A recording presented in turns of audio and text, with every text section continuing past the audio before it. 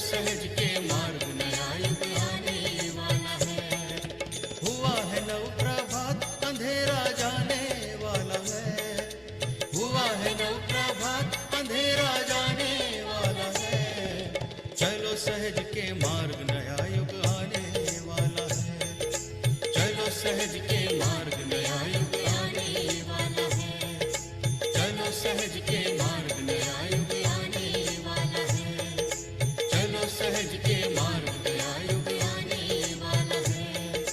चलो सहज के मार्ग नया युग आने वाला है। चलो सहज के मार्ग नया युग आने वाला है।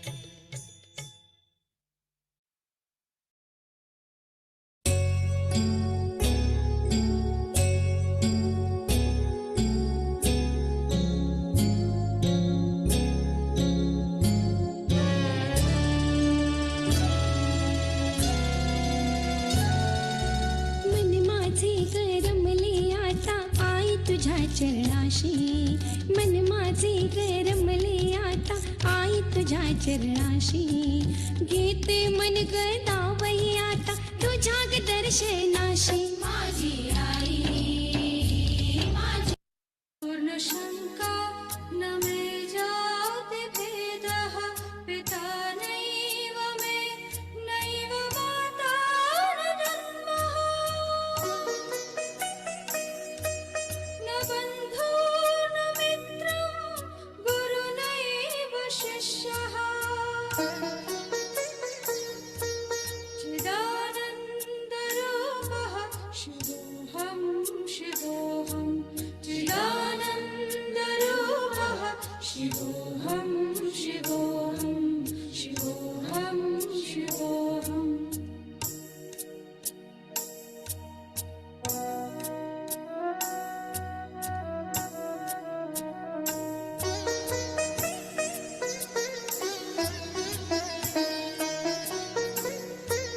अहं निर्विकल्पो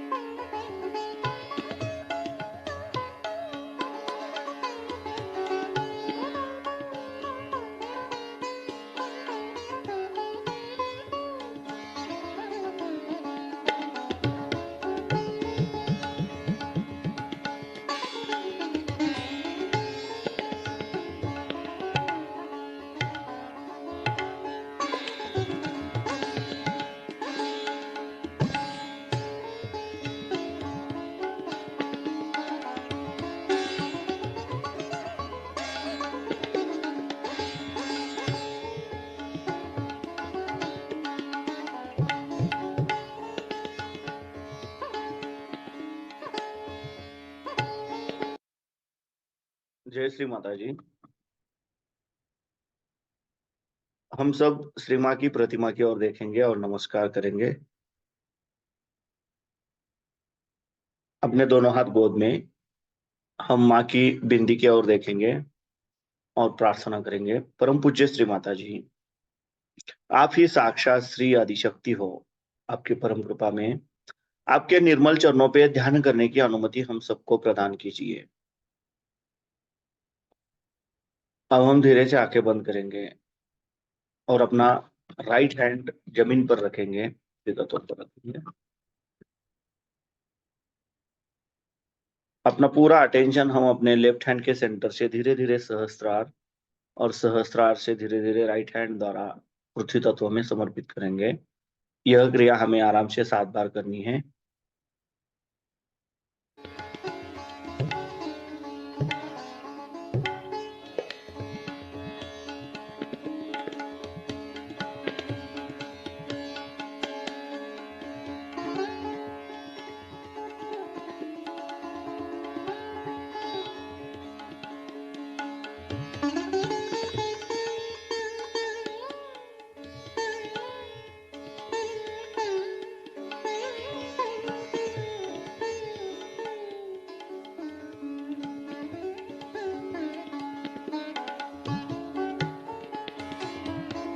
अब हम अपना राइट हैंड अपने गोद में रखेंगे और लेफ्ट हैंड आकाश तत्व की ओर करेंगे।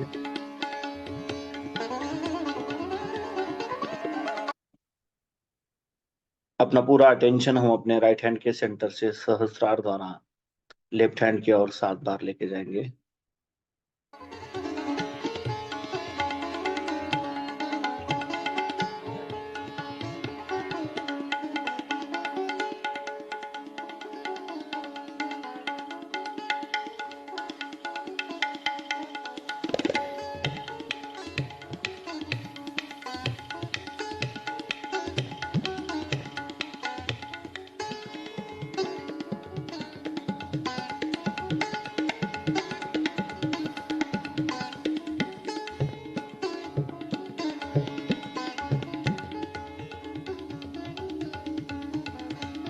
अब हम अपने दोनों हाथ अपने गोद में रखेंगे और अपना पूरा अटेंशन हम अपने मध्य मूलाधार चक्र पे क्लॉकवाइज 7 बार रोटेंगे।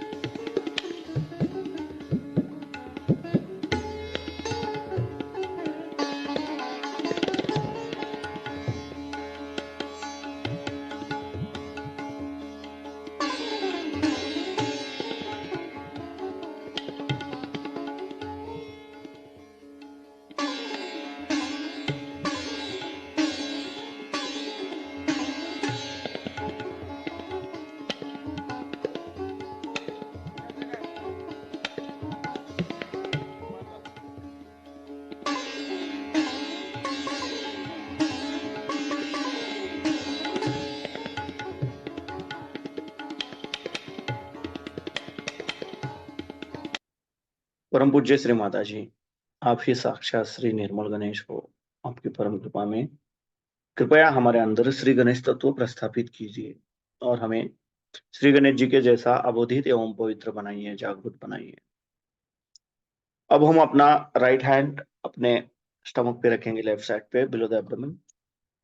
परम पूज्य श्री माता जी, आपकी परम कृपा में कृपया हमें शुद्ध एवं निर्मल विद्या प्रदान कीजिए। परम पूज्य श्री माता जी, आपकी परम कृपा में कृपया हमें शुद्ध और निर्मल विद्या प्रदान कीजिए। कृपया हमें शुद्ध और निर्मल विद्या प्रदान कीजिए।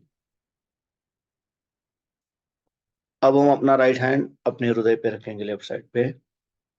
परम पूज्य श्री माता जी, आपकी परम कृपा में मैं केवल एक शुद्ध आत्मा हूँ।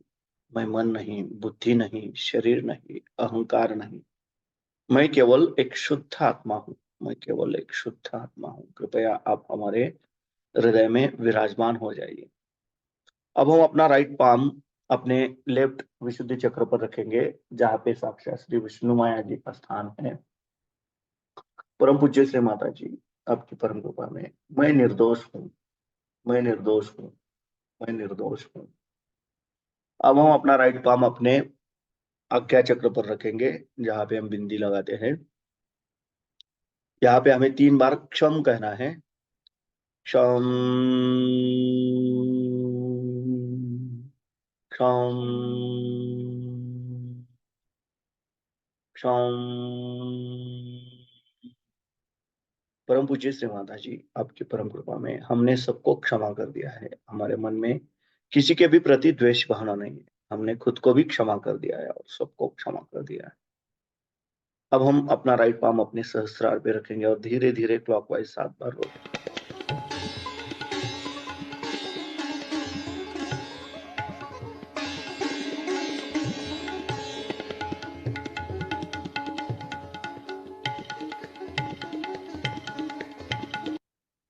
परम पूज्य श्री माता जी, आप ही साक्षात श्री सहस्त्रार स्वामिनी हो। आप ही साक्षात श्री आदिशक्ति हो। आपकी परम कृपा में कृपया हमें हमारा आत्म साक्षात्कार प्रदान कीजिए। कृपया हमें निर्विचारिता दीजिए। अब हम अपने दोनों हाथ अपने गोद में रखेंगे और अपना पूरा अटेंशन अपने दोनों हाथों के सेंटर पे और अपने सहस्त्रार पे रखते हुए श्री माँ की अमृतवाणी ग्रहण करेंगे।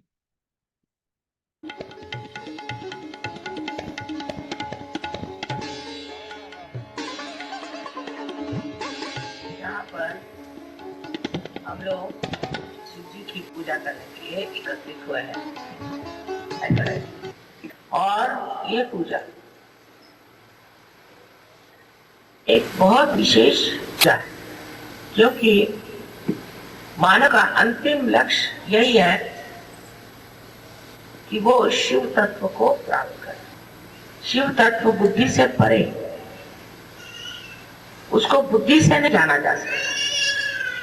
जब तक आप आत्म साक्षात्कारी नहीं होते, जब तक आपने अपने आत्मा को पहचाना नहीं, अपने को जाना नहीं, आप शिव तत्व को जान नहीं सकते। शिव जी के नाम पर बहुत ज्यादा आडंबर, अंधता और अंधश्रद्धा फैली हुई। किंतु जो मनुष्य आत्म साक्षात्कारी नहीं, वो शिव जी को समझ ही नहीं सकता, क्योंकि उनकी प्रकृति इस प्रकार की है कि वो समझने के लिए सबसे पहले मनुष्य को उस स्थिति में पहुंचना चाहिए जहां पर सारे ही उदात्त, सारे ही महान तत्व अपने आप विराजित है।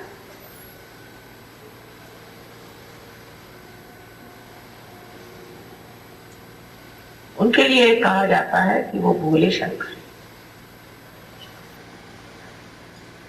आजकल बुद्धिवादी बहुत से निकल आए हैं संसार में और अपनी बुद्धि की उड़ान से जो चाहे वो पटार दिखाकर,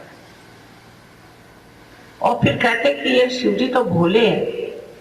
किसी का भोला होना बुद्धिवादियों के हिसाब से तो एकदम ही बेकार चीज है। आजकल जितना आदमी चालाक और धूर्त होएगा, वही बड़ा यशस्वी हो जाता है। तो ये भोले शंकर, इनका भोलापन कैसे समझा जाए?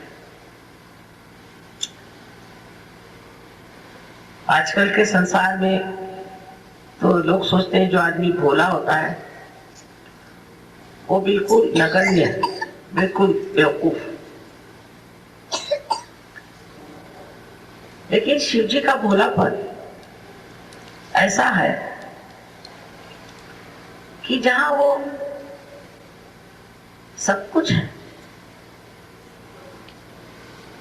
एक समझ लीजिए जरूरत से ज्यादा कोई बड़ा ही श्रीमंत रईस आदमी हो जाए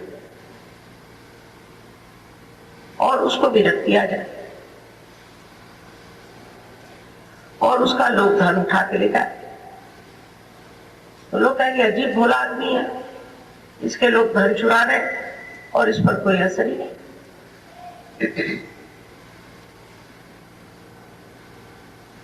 लेकिन जब वो विरक्ति आ गई तो उस धन का उसको जब महात्म्य ही नहीं रहा, तो अपने भोलेपन में बैठा है, उसी को भोलेपन का मजा उठा रहा है।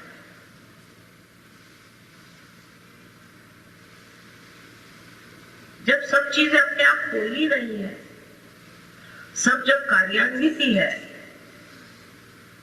तो शिव जी का उसमें कार्यभाग क्या रह जाए कि वो भोलेपन से सब देखते रहे,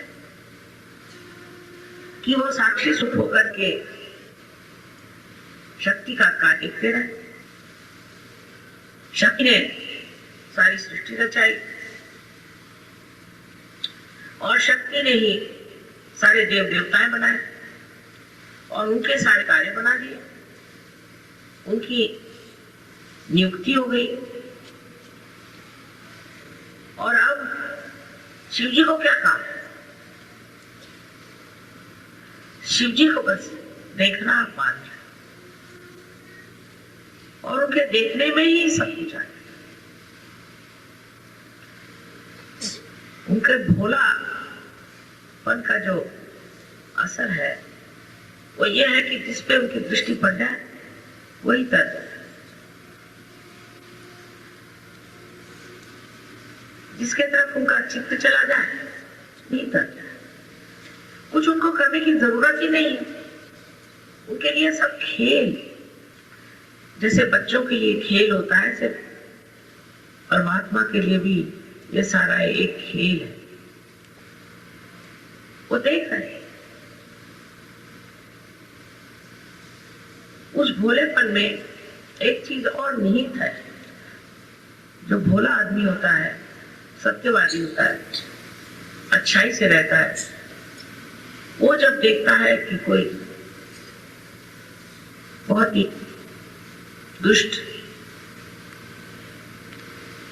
उनसे मुठभेड़ ले रहा है, तब उसको बड़े जोर से क्रोध आता है।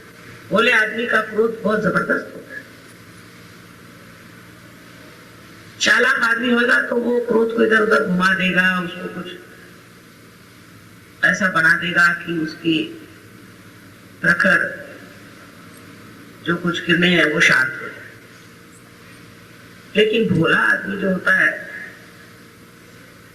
वो हंसते ही रहता है कि ये क्या मेरे ऊपर वार कर सकता है। ये शिव जी का जो गुण है वो हम सहयोगियों में आना जरूरी। इस वक्त हम छोटी छोटी बातों को अपनी सोचते रहते हैं।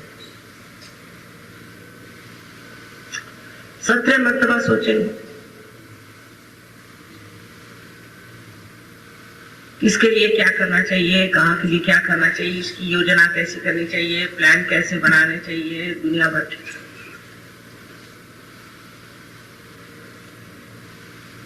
जैसे शिव जी ने शक्ति पर सब छोड़ दिया है, आप लोग भी सब कुछ शक्ति पर छोड़ सकते हैं, लेकिन वो भी फिर एक स्थिति आनी चाहिए, वो भोलापन आपके अंदर आना चाहिए। इस भोलेपन का मतलब यह है कि किसी तरह की नेगेटिविटी आपके अंदर आ ही नहीं सकती। इसीलिए आप बोले हैं कोई चीज आपको छू ही नहीं सकती, तो आप बोले बेकार में परेशान क्यों है? सांप लौट रहा है तो सांप को लौटते, जहर पीना तो जहर पी ले। होना क्या है? जो बिल्कुल विशुद्ध है, इसमें कोई भी चीज का असर ही नहीं आ सकता, जो समर्थ है, इसकी शक्तियां स्वयं ही रक्षा करें, उसका प्रभाव क्या करें क्या करें।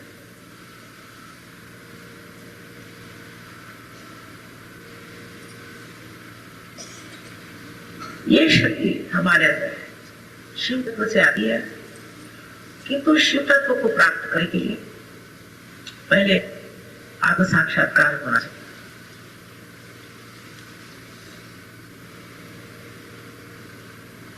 कुंडलिनी जो है वो शक्ति है, और चक्र जो है ये सीढ़ियां, इन सब सीढ़ियों से चढ़ के आखिर आखिर प्राप्त एक ही करना है, वो है शिव तत्व। सारे देव देवताओं को इसी में एक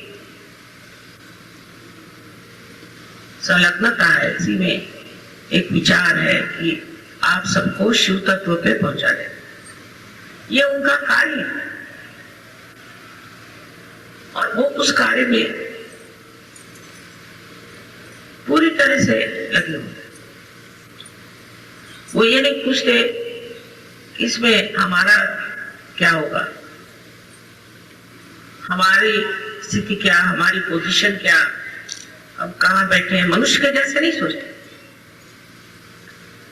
वो अंग प्रत्यंग उस शिव के ही है और शिव तक मनुष्य को पहुंचाने के लिए कार्य तत्पर रहना उनका स्वभाव है। अब उनको कुछ लेक्चर देने की जरूरत नहीं, उनको कुछ बताने की जरूरत नहीं। उनके जो काम है वो बंधे हुए हैं, वो अपने काम पूरी तरह से करते हैं और उसमें बंद गए। अब उनका जो वो काम है वो भी एक अकर्म सा है, वो भी एक अकर्म है। वो सोचते नहीं कि हम कुछ काम कर रहे हैं। जैसे ये प्रकाश आप कोई बिजली से आ रहा है और उसमें जड़ होने के कारण कोई शक्ति नहीं कि वो सोचे।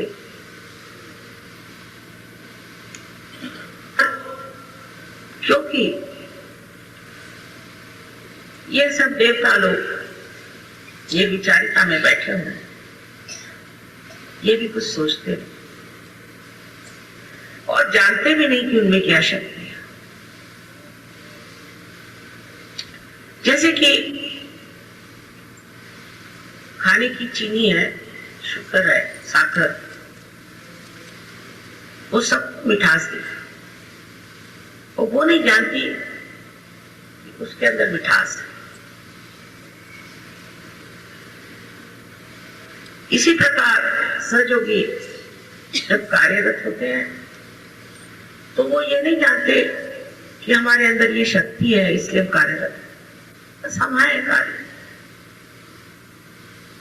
जिस वक्त आप लोगों के दिमाग में बात आए कि हमने ये कार्य किया, हमने वो कार्य किया, हम लीडर हो गए, हम ये हो गए, तब सोचना चाहिए कि आप सहयोगी नहीं। सहयोग में मनुष्य अकर्म में आ जाता है, वो करते रहता है, दिखने को लगता है कि ये कर्म कर रहा है, पर उसको ज्ञात नहीं होता कि वो कुछ कर्म कर रहा है। उसका प्यार, उसको मालूम नहीं होता कि वो प्यार कर रहा है, पर लोग जानते हैं वो बहुत प्यार कर रहा है।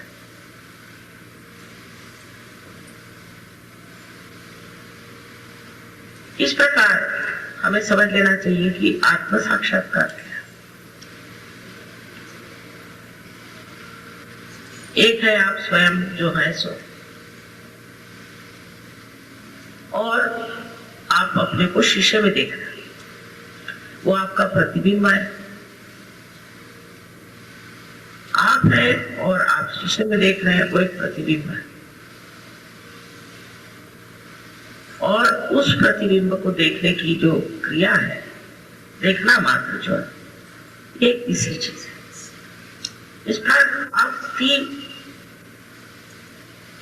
दायरे में घूम रहे हैं। एक तो आप देखने वाले, एक जो आपको दिखाई दे रहा है, और जो देखने के लिए। ये तीनों ही चीज खत्म हो सकती।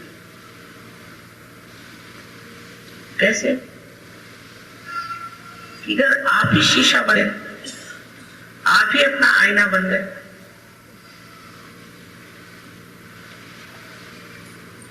फिर आप अपने को देखने लगे, आप अपने को जानने लगे।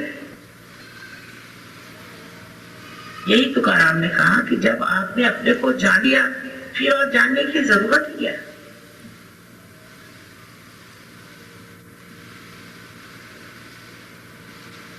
तब ये तीन दायरे टूट करके आप स्वयं में स्थिर हो गए। यही स्थिरता जब पूरी तरह से बन जाती है तब कहना चाहिए कि शिव तत्व स्थिर है, क्योंकि शिव तत्व अटूट है, अटल है। इस शिव तत्व में जब आप बैठ जाते हैं तो आपको ऐसा नहीं लगता कि आप कुछ कर रहे हैं, आप अपने में समा रहते हैं। फिर आप ये भी नहीं खोजते हैं कि मुझे कुछ और करना चाहिए। जैसे आजकल बहुत से लोग कहते हैं हम बोर हो गए, क्योंकि आप अपने को देख नहीं सकते, आप अपने साथ रह नहीं सकते। आप अपने साथ 5 मिनट बैठे तो आपको तो भाग खड़े हो जाए। और मेरे लिए तो अपने साथ बैठना सबसे बड़ा, इस रस को जब आप प्राप्त करते हैं तब एक भोलापन आपके अंदर है। कोई कहेगा कि वो तुमको ठगा रहा है तो ठगा रहा है, वो तुमको मारने आ रहा तो आ, वो तुम्हारा ये बिगाड़े तो बिगाड़े, आगे होगा। अगर हम आत्मा है और जिसे कि कोई नष्ट नहीं कर सकता, तब हमें कौन नष्ट कर सकता। किंतु ये विश्वास हमारे अंदर बैठना बड़ा मुश्किल। आत्म साक्षात्कार के बाद आप सहयोगी हो गए, लेकिन शिव योगी होने के लिए परम विश्वास किया। अब जैसे कोई साहब जा रहे हैं तो कहेंगे भाई वहां कर्फ्यू, हम कैसे जाएं। आप सहयोग, आज तक इस बंबई शहर में कोई भी सहयोगी को नुकसान नहीं। आप भूल गए, आप सहयोग, आपके आगे पीछे देवदूत गण सब लगे, लेकिन जैसे ही आपका विश्वास उठा गया, जाओ मरो। और जब विश्वास बना रहा तो आप चले जा रहे।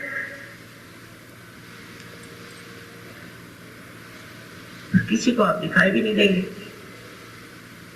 और जिनको दिखाई देंगे वही पार हो जाएंगे। ऐसे नाना भी प्रश्न हमारे अंदर आते हैं, क्योंकि हम मानव है अभी, और तरह तरह की असुरक्षितता, इनसिक्योरिटीज हमारे अंदर बनती, और उनकी वजह से हमारे विश्वास जो है टूटते जाते। दूसरी बात, कि हमसे कोई गलतियां नहीं होती, ऐसी भी बात नहीं। कुछ गलतियां हो जाती, उस गलतियां होने के फलस्वरूप एक तरह का हमारे अंदर भय आता। लेकिन शिव जी की विशेषता ये है कि वो क्षमाशील है, क्षमा के सागर। आपके गलतियां तो भी कुछ नहीं, एक बार आप उसके दरबार में बैठे हैं तो क्षमा कर देते हैं आप पूरी तरह से। तब आपको भय क्यों हो? दूसरा वरदान उनका है निर्भयता। बिल्कुल निर्भय होना चाहिए। उनकी कोई सेना नहीं है। आपने तो जाना ही है कि जिस वक्त अपनी बारात लेके वो पहुंचे थे तो पार्वती जी को तो शर्म आ रही कि कोई एकाक्ष लेके पहुंचे, कोई लंगड़े, कोई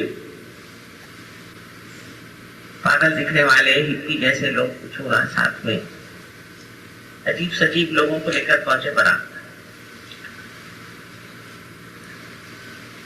मतलब ये कि शारीरिक कुछ भी व्यंग हो और जनसाधारण के लिए ऐसे लोग कुछ विक्षिप्त से लगे और विचित्र से लगे। अवघड़ लगे,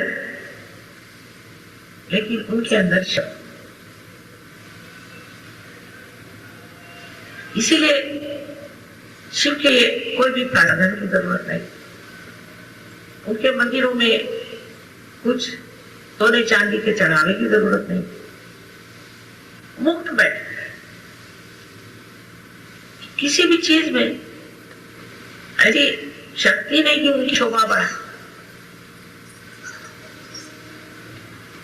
ऐसी कोई संसारिक दृष्टि से मूल्यवान कोई सी भी ऐसी वस्तु शिव जी के लायक नहीं।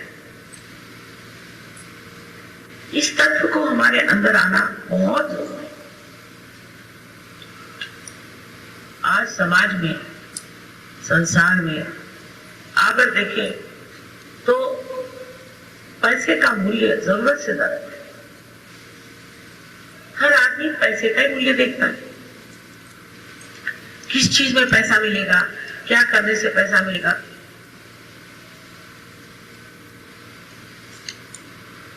और पैसे के मूल्य पे सभी चीज वो बेचने को तैयार है। पैसे तो नष्ट भी हो सकते हैं, दुष्ट कर्म में भी डाल सकते हैं, बच्चों को बिगाड़ सकते हैं। इसके इतने दुष्परिणाम। लेकिन शिव तत्व में बैठा हो मनुष्य, उसको किसी चीज की इच्छा नहीं, निरीक्ष, क्योंकि वो आत्मन्य आत्मनिष्ठ, अपनी आत्मा से ही वो अपने उसके आत्मनिष्ठ है। वो कहीं आप सुना दीजिए, शरीर के कोई उसको चिंता नहीं हो, शरीर के आराम की उसको चिंता नहीं हो। कहीं भी सुला दीजिए उसको, कुछ भी खाने को दे दीजिए, नहीं तो मत दीजिए। और फिर जब ये दशा आ जाती है तो वो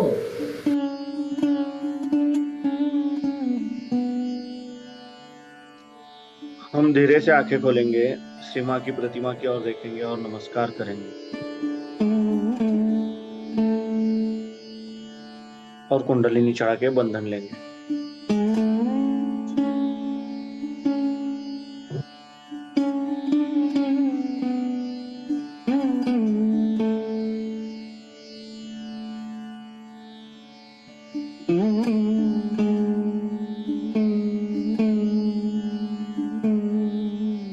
जय श्री माता जी।